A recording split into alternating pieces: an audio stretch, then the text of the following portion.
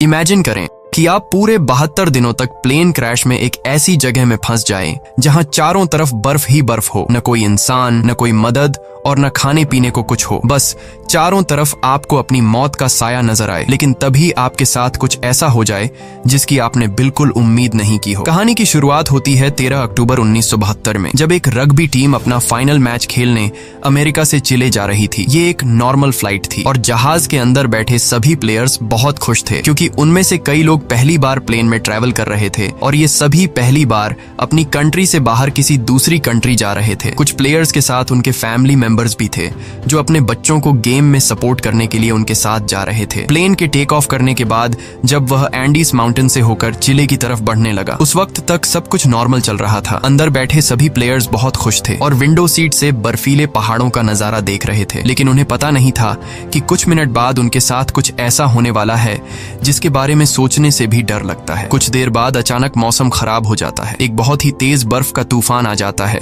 जिससे जहाज तेजी से झटके खाने लगता है। झटके लगने की वजह से सभी पैसेंजर्स घबरा जाते हैं, लेकिन अंदर बैठा एक पैसेंजर बताता है कि जब कोई प्लेन पहाड़ों के ऊपर से गुजरता है तो प्लेन में टर्बुलेंस होता है, यानी ये कोई खतरे की बात नहीं है, जल्द ही सब कुछ नॉर्मल हो जाएगा। लेकिन जैसे जैसे ये प्लेन आगे बढ़ रहा था, इसका टर्बुलेंस भी बढ़ता जा रहा था। जहाज अब और तेजी से झटके खाने लगा। प्लेन के अंदर मौजूद सारा सामान इधर उधर गिरने लगा। ये देखकर लोगों के बीच हलचल मच गई। पायलट्स जहाज को संभालने की कोशिश कर रहे थे, मगर अब जहाज कंट्रोल से बाहर हो गया था। इससे पहले कि पायलट्स कुछ कर पाते, सामने एक पहाड़ आता है और ये जहाज सामने के पहाड़ से जा टकराता है और दो हिस्सों में अलग हो जाता है। एक प्लेयर तो जहाज के टकराते ही प्लेन के पिछले पार्ट के साथ ही उड़ जाता है और हवा में गायब हो जाता है, जबकि प्लेन का आगे का हिस्सा तेजी से रगड़ते हुए बर्फ की एक बड़ी सी चट्टान से जा टकराता है। ये टकराव इतना तेज था कि प्लेन की सभी सीट्स एक दूसरे के साथ चिपक जाती हैं, जिसमें कई लोग कुचल कर मारे गए। अब जो लोग इस एक्सीडेंट से बच गए थे, उन्होंने खुद को संभाला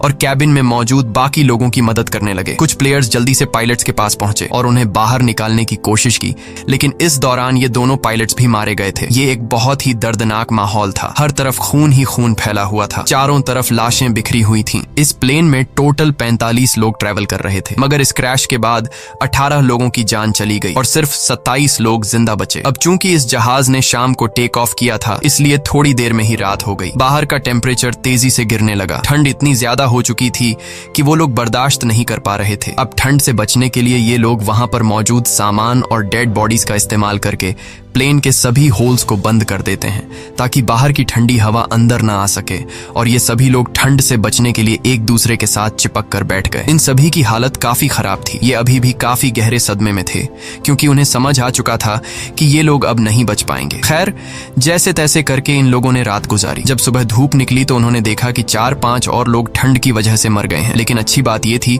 कि अब तूफान रुक चुका था। बाहर का मौसम नॉर्मल हो चुका था। जब ये लोग प्लेन से बाहर आए तो उन्हें दूर दूर तक चारों तरफ सफेद बर्फ के अलावा और कुछ भी नहीं दिखाई दिया। अब इन लोगों को जल्द से जल्द इस जगह से निकलना होगा, क्योंकि ये लोग यहाँ ज्यादा दिन तक जिंदा नहीं रह पाएंगे। इनके आसपास न तो कोई घर था, न ही कोई जानवर और न ही कोई पेड़ पौधे जिनसे ये लोग सरवाइव कर सकें। अब सबसे पहले इन लोगों ने प्लेन की सीट्स को बाहर निकाला ताकि प्लेन के अंदर सभी के सोने की जगह बन सके। उसके बाद उन्होंने घायल लोगों को धूप में लिटाया ताकि उनकी बॉडी गर्म हो सके, और ये लोग पानी पीने के लिए बर्फ को पिघलाकर एक एक बूंद करके पानी जमा करने लगे। उसके बाद उन्होंने सभी लोगों का सामान इकट्ठा किया। कोई काम की चीज मिलने पर उसे एक अलग सूटकेस में रखते गए। अब जो लोग इस एक्सीडेंट में मारे गए थे, उनकी बॉडीज को कुछ लोग प्लेन से दूर लाते हैं और उन्हें बर्फ से ढक देते हैं ताकि उन्हें सड़ने से बचाया जा सके। और जब यहाँ मदद पहुंचे तो ये लोग उन डेड बॉडीज को अपने साथ ले जा सके। जब चीजें थोड़ी सुलझ गईं, तो इन लोगों ने सुकून की सांस ली। इन सभी को बहुत ज्यादा भूख लगी हुई थी। अब बचे हुए खाने में से एक एक टुकड़ा सब में बांटा गया। वैसे तो खाने का ये एक टुकड़ा बहुत ही कम था, पर जिंदा रहने के लिए इतना काफी था।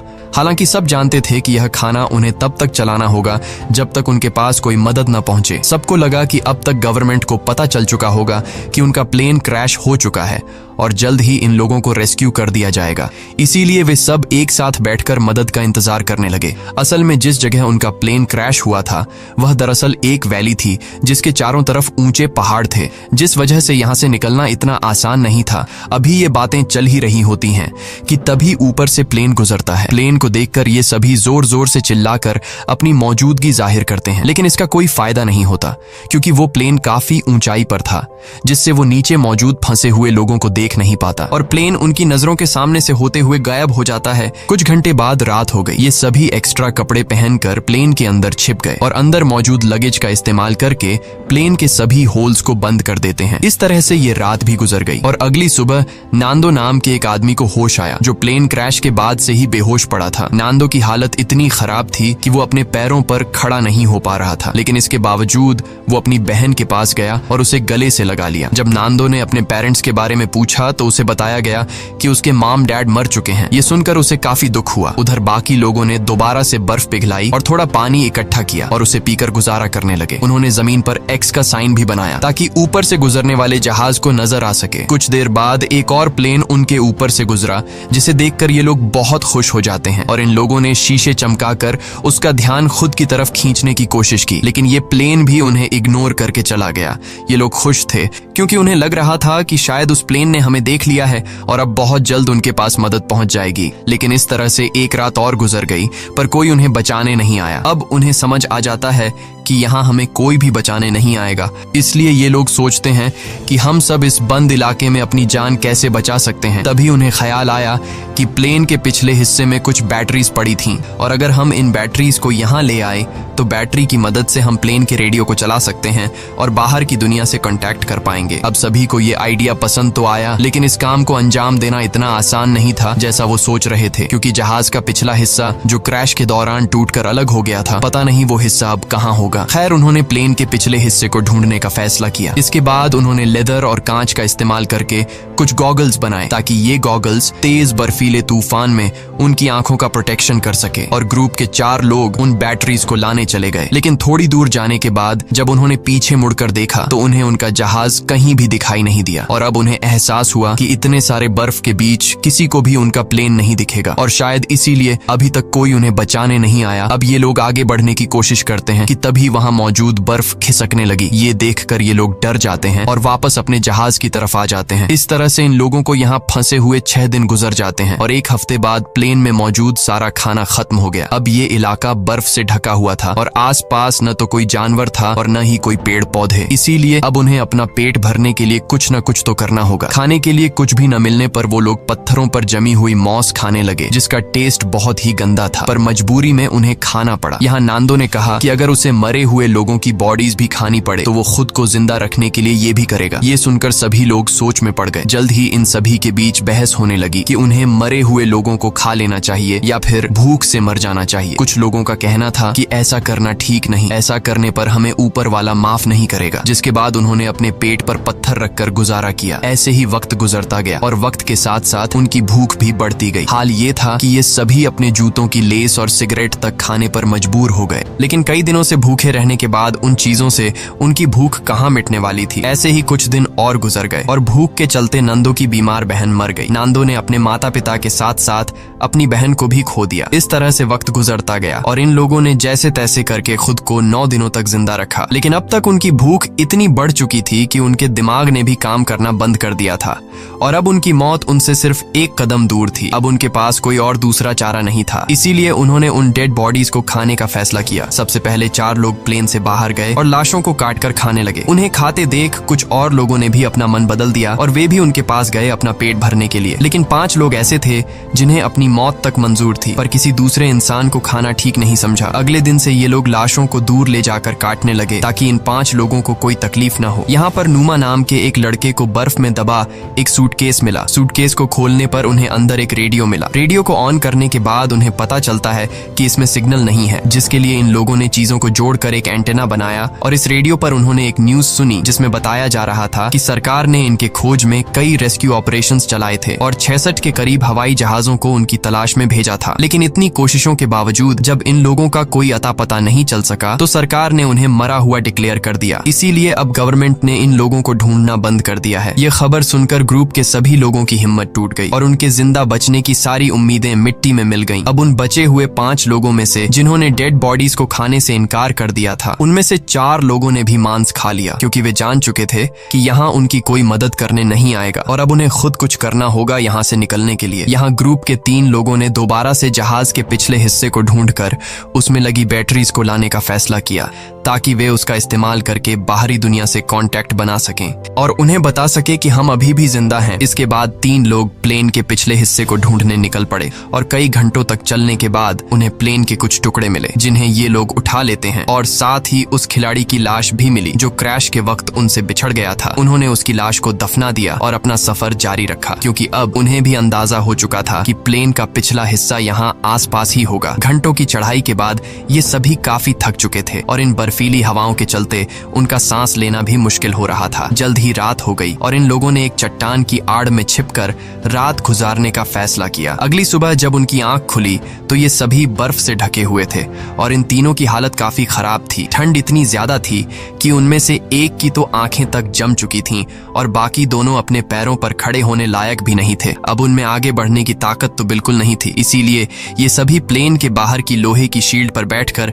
पहाड़ से नीचे उतर आए। इन लोगों को खाली हाथ देखकर पूरे ग्रुप में उदासी छा गई और उस आखिरी बचे आदमी ने भी इंसानी मांस खा लिया और अपनी किस्मत को कोसता हुआ सो गया। ऐसे ही दिन गुजरते गए और इन लोगों ने जैसे तैसे करके खुद को 17 दिनों तक जिंदा रखा। लेकिन यहाँ बुरी बात ये थी कि पिछले 5 दिनों से बाहर का मौसम काफी खराब था। तूफान से बचने के लिए सभी प्लेन के अंदर बैठे होते हैं कि तभी एक बड़ा तूफान आता है और प्लेन को अंदर बर्फ से भर देता है। अंदर मौजूद कई लोग बर्फ के नीचे दब जाते हैं। अब जो लोग ऊपर रह गए थे वो इस हादसे से काफी घबरा गए, लेकिन फिर उन्होंने हिम्मत दिखाते हुए बर्फ को खोदकर अंदर दबे लोगों को बाहर निकाला। अब सभी लोग तो समय रहते बाहर आ गए, लेकिन एक लड़की बर्फ में काफी नीचे तक दब गई थी जिसकी बर्फ में दम घुटने से मौत हो गई। ये लोग बहुत ज्यादा घबराए हुए थे और ये लोग इस हादसे से ठीक से संभल नहीं पाए थे कि तभी उन्हें बाहर से अजीब सी आवाजें सुनाई देने लगीं। जब ये लोग बाहर की तरफ देखते हैं तो उन्हें पता चलता है कि एक और तेज तूफान उनकी तरफ आ रहा है जो पहले से भी ज्यादा तेज है। एक और तूफान आता है और ये सभी दोबारा से बर्फ में दब जाते हैं। ये तूफान इतना तेज था कि पूरा का पूरा जहाज बर्फ से भर गया। कुछ लोगों की तो मौके पर ही मौत हो गई। अंदर फंसे लोगों के पास अब निकलने का कोई रास्ता नहीं था, जिसमें से एक साथी ने फटाफट जहाज की छत में एक छेद बनाया ताकि उन्हें ऑक्सीजन मिल सके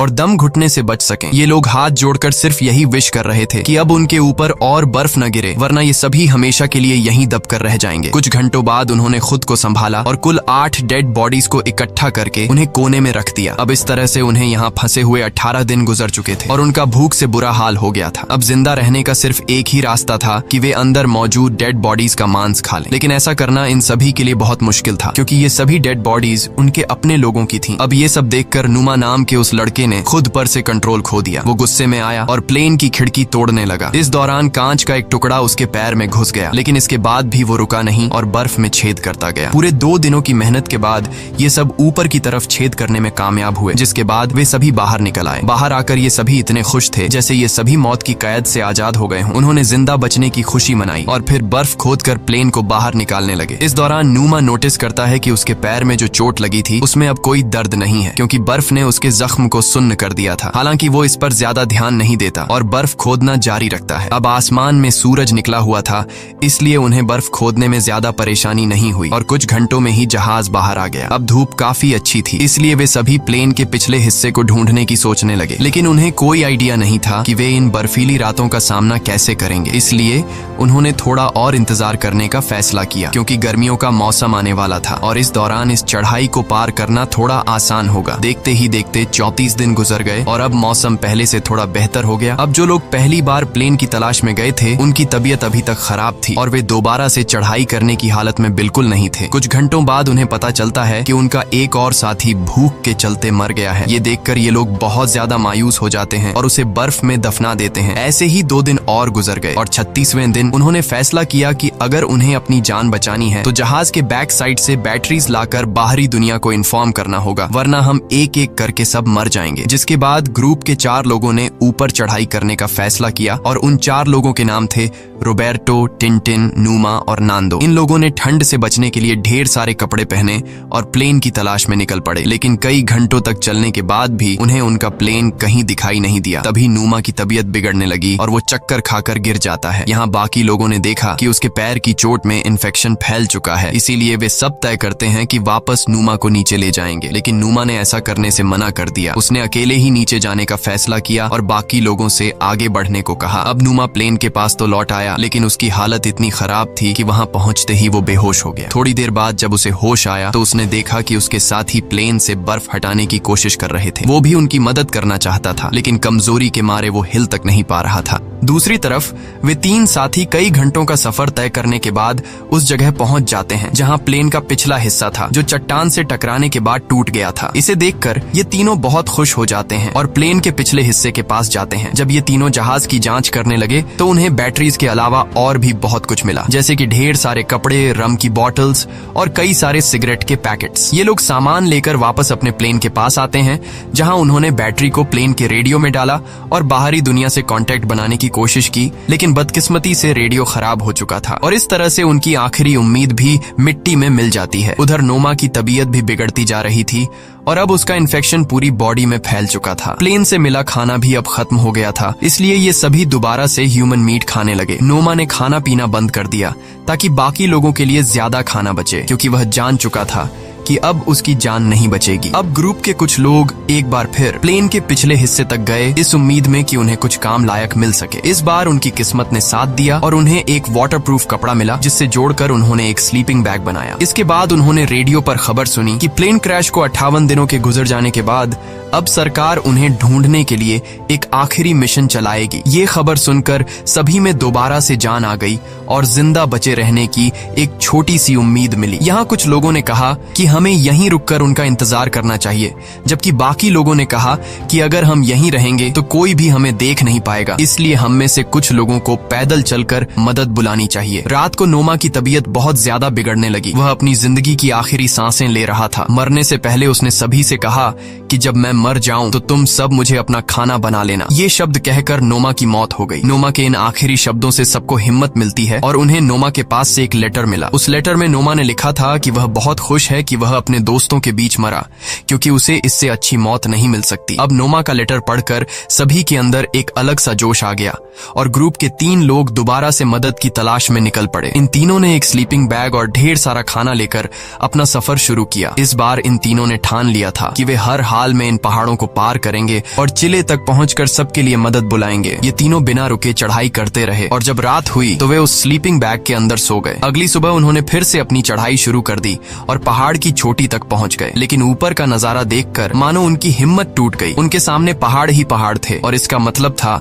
कि उन्हें अभी काफी लंबा रास्ता तय करना था। उनके मन में ख्याल आया कि वे सभी वापस लौट जाएं, क्योंकि इस सफर को पूरा करने के लिए उनके पास 3 लोगों का खाना नहीं था। यहाँ टिन ने अपना खाना इन दोनों को दे दिया और खुद वापस लौट गया, ताकि ये दोनों इस सफर को आसानी से पूरा कर सकें। हालांकि ये सफर काफी लंबा और चैलेंज से भरा हुआ था, लेकिन फिर भी इन दोनों ने हार नहीं मानी और आगे बढ़ते रहे। और आखिरकार 10 दिनों तक लगातार चलने के बाद इन दोनों की मेहनत रंग लाई। वे एक ऐसे इलाके में पहुंचे जहां ऊपर के मुकाबले बर्फ काफी कम थी। इन दोनों को एक साफ पानी की नदी भी मिली, जहां रुककर उन्होंने ढेर सारा पानी पिया। तभी कुछ ऐसा हुआ जिसकी किसी ने उम्मीद नहीं की थी। उन्हें घोड़े पर सवार एक आदमी दिखा जो नदी के उस पार खड़ा था। पहले तो इन दोनों को उस आदमी को देखकर अपनी आंखों पर यकीन नहीं हुआ। वे समझ रहे थे कि जैसे वे सपना देख रहे हैं, पर जल्द ही उन्हें एहसास हुआ कि यह भ्रम नहीं बल्कि सच में एक इंसान है। उस आदमी को देखकर उनकी खुशी का ठिकाना नहीं रहा। उन्होंने जोर जोर से चिल्लाकर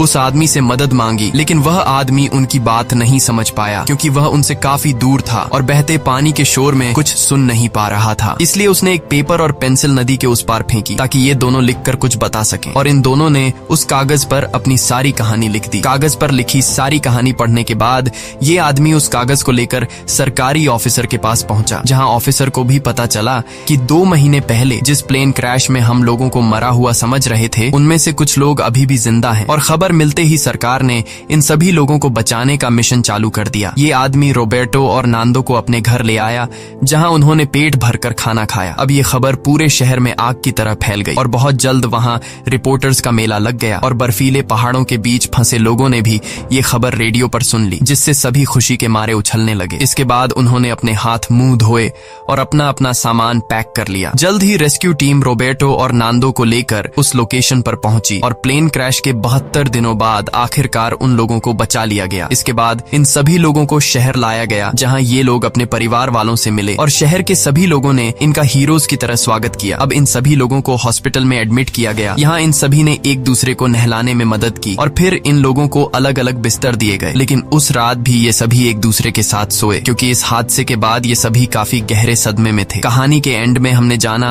कि इस प्लेन में कुल 45 लोग ट्रैवल कर रहे थे, जिनमें से सिर्फ 16 लोगों की जान बच पाई। इसी के साथ सच्ची कहानी पर बनाई गई ये फिल्म खत्म हो जाती है। अगर आपको स्टोरी अच्छी लगी हो तो हमारे चैनल को सब्सक्राइब और वीडियो को लाइक जरूर कीजिएगा।